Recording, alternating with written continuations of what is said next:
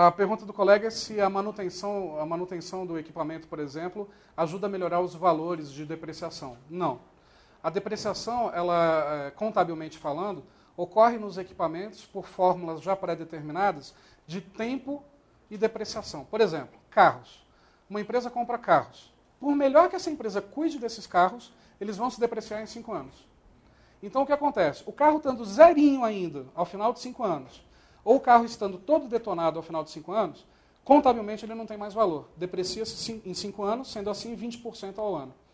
Para cada equipamento existe uma tabela para o tempo de depreciação que ocorre aqui no Brasil, colocado aqui no Brasil.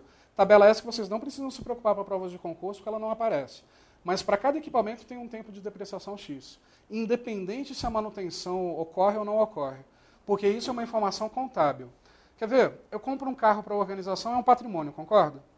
Contabilmente ele se deprecia em 5 anos. Daqui 5 anos, qual é o valor que eu vou lançar desse carro no meu balanço patrimonial? 0.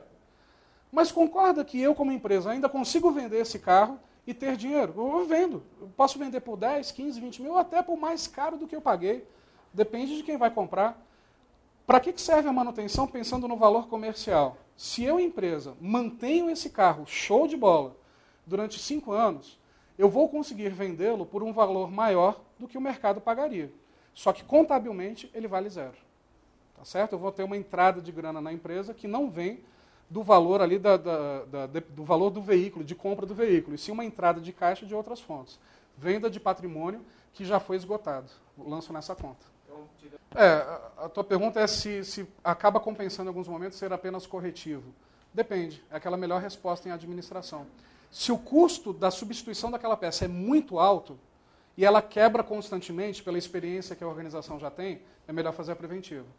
Se aquela peça se quebra, mas o custo não é tão elevado assim e quebra numa raridade, então é melhor fazer a corretiva. Para cada item, uma estratégia diferente. Não existe fórmula para que todas as organizações sigam do mesmo jeito. Aí sim, aí eu tenho que acompanhar o transporte. Mas neste momento que eu comprei carros, que são patrimônios, eu vou verificar, fiscalizar o transporte como se fossem materiais. Da mesma forma, com o mesmo cuidado. Cuidado com a documentação, cuidado se o carro não foi avariado na viagem, enfim. É porque em patrimônio a preocupação ela é muito mais burocrática do que prática. Então aqui, a maioria dos autores dos livros de materiais procuram colocar apenas esses itens para que se foque a importância do aspecto burocrático da administração do patrimônio. Mas se é um patrimônio como carros, naquele momento do transporte, eu tomo os mesmos cuidados como se fossem materiais. Precisam vir bem acondicionados, protegidos, enfim, mantendo as condições originais. Até aqui tranquilo? Equipamentos produtivos, eles são utilizados para transformar a matéria-prima em produto final. Exemplo, a esteira, onde está lá a orelha seca apertando o parafuso. Equipamento auxiliar. Lá na sala da diretoria, tem uma máquina copiadora. Essa máquina copiadora não é utilizada na transformação da matéria-prima em produto final, mas ela é utilizada para tirar cópias de documentos que a empresa precisa. Concorda que essa copiadora auxilia a vida da empresa, mas não necessariamente é utilizado na transformação da matéria-prima em produto final. Equipamento produtivo, assim como material produtivo, utilizado na transformação da matéria-prima em produto final. Equipamento auxiliar ou material auxiliar ajuda, de alguma forma, a organização a cumprir o seu objetivo fim, mas ela não é diretamente utilizada na transformação da matéria-prima em produto final. Não é ao mesmo tempo, é patrimônio.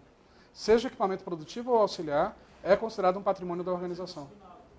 Pode ser consignado, pode ser terceirizado, pode ser alugado. E não importa se é alugado, consignado ou não. Se eu estou utilizando, eu tenho que cuidar dele como se fosse meu ou não? Só que na prática a gente sabe que isso não ocorre. Quando você aluga um carro, por exemplo, o que você faz com o carro? Você tem o mesmo cuidado como se fosse seu? Mas deveria ou não deveria ter, picareta? Deveria. Concordo? Mas não temos. Por isso os carros das organizações depreciam-se em 5 anos.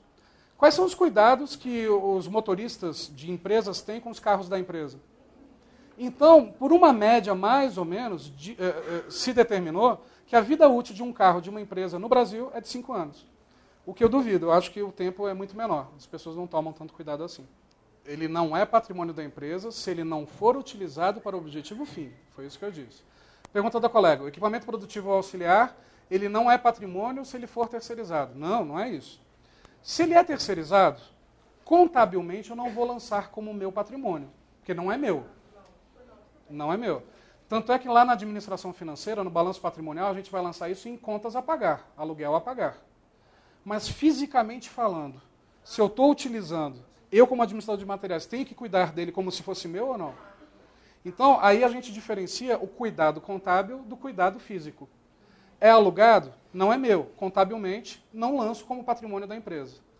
Mas é alugado, e eu preciso usar aquele equipamento. Materialmente, eu tenho que cuidar dele em manutenção e conservação, tal qual fosse um patrimônio da organização. Materiais são para consumo.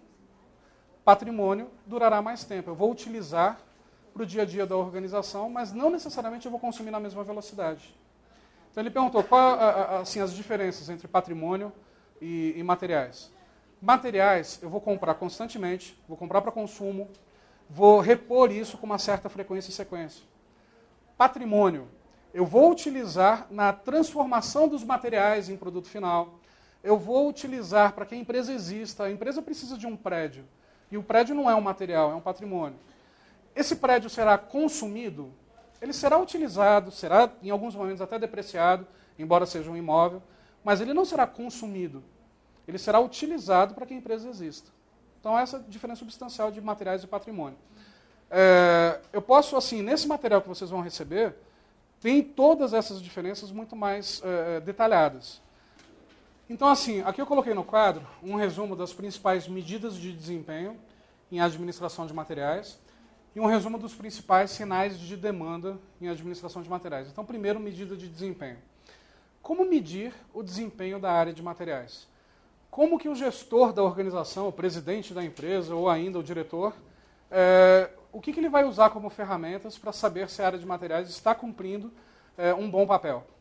Então, quais são as principais medidas de desempenho dessa área? Em primeiro lugar, e eu acho que não só dessa área, mas em qualquer área, de qualquer organização, a melhor medida de desempenho é o grau de reclamações. Então, quer dizer, se a gente escuta muitas reclamações por parte dos nossos clientes, principalmente em relação à qualidade do produto, atraso na entrega, atendimento, enfim, é uma importante medida de desempenho a ser levada em consideração e ser corrigida. Só que grau de reclamações é muito pouco no Brasil. Por quê? Não é uma característica do brasileiro reclamar de produtos ou serviços que ele adquire e que, de repente, não tem aquela qualidade ou houve algum atraso que ele não desejava. Por qual razão o brasileiro, de forma geral, não reclama? Ele não reclama porque, de forma geral, ele sabe que não será atendido. Então, ele desiste de reclamar. Todos aqui, por exemplo, provavelmente têm um telefone celular e, em algum momento, já deve ter, já teve a necessidade de entrar em contato lá na central de atendimento. Eu não sei qual é a tua companhia, mas independente de qual for, eu tenho certeza absoluta que o atendimento não foi satisfatório em sua totalidade. É difícil conseguir falar com o atendente, quando você consegue falar, se é para reclamar ou para cancelar a linha, a ligação cai, né? E aí, daqui a um tempo, você desiste de fazer as reclamações. Por que geralmente o brasileiro desiste de reclamar? Porque o canal está aberto para reclamação. Mas não existe uma outra condição, que é o quê? Resposta como influência, que é uma condição dos sistemas em administração. Eu tenho que ser um canal aberto, onde eu escuto, mas eu respondo. Mesmo que essa resposta da organização não seja satisfatória, mas é uma resposta. É igual aquele velho slogan, né? Tostines vende mais porque é fresquinho porque vende mais. O brasileiro não reclama porque não tem resposta, ou a resposta não existe porque não existe uma cultura de reclamação. E aí, com isso, as organizações não se preparam, departamentos mais profissionais, enfim, para poder responder a essas reclamações. Então, eu não posso avaliar apenas o grau de reclamação se eu estou falando de uma organização, por exemplo, comercial. Eu tenho que avaliar também o índice da venda. Se o grau de reclamações é pouco, mas as vendas caíram, tem alguma coisa estranha. Porque assim, como é que as vendas caem e as pessoas não reclamam? Justamente por causa desse comportamento brasileiro de não reclamar. Então, claro que aí eu estou falando de empresas com cunho comercial. E aí eu poderia citar Correios, Caixa Econômica, Banco do Brasil, enfim.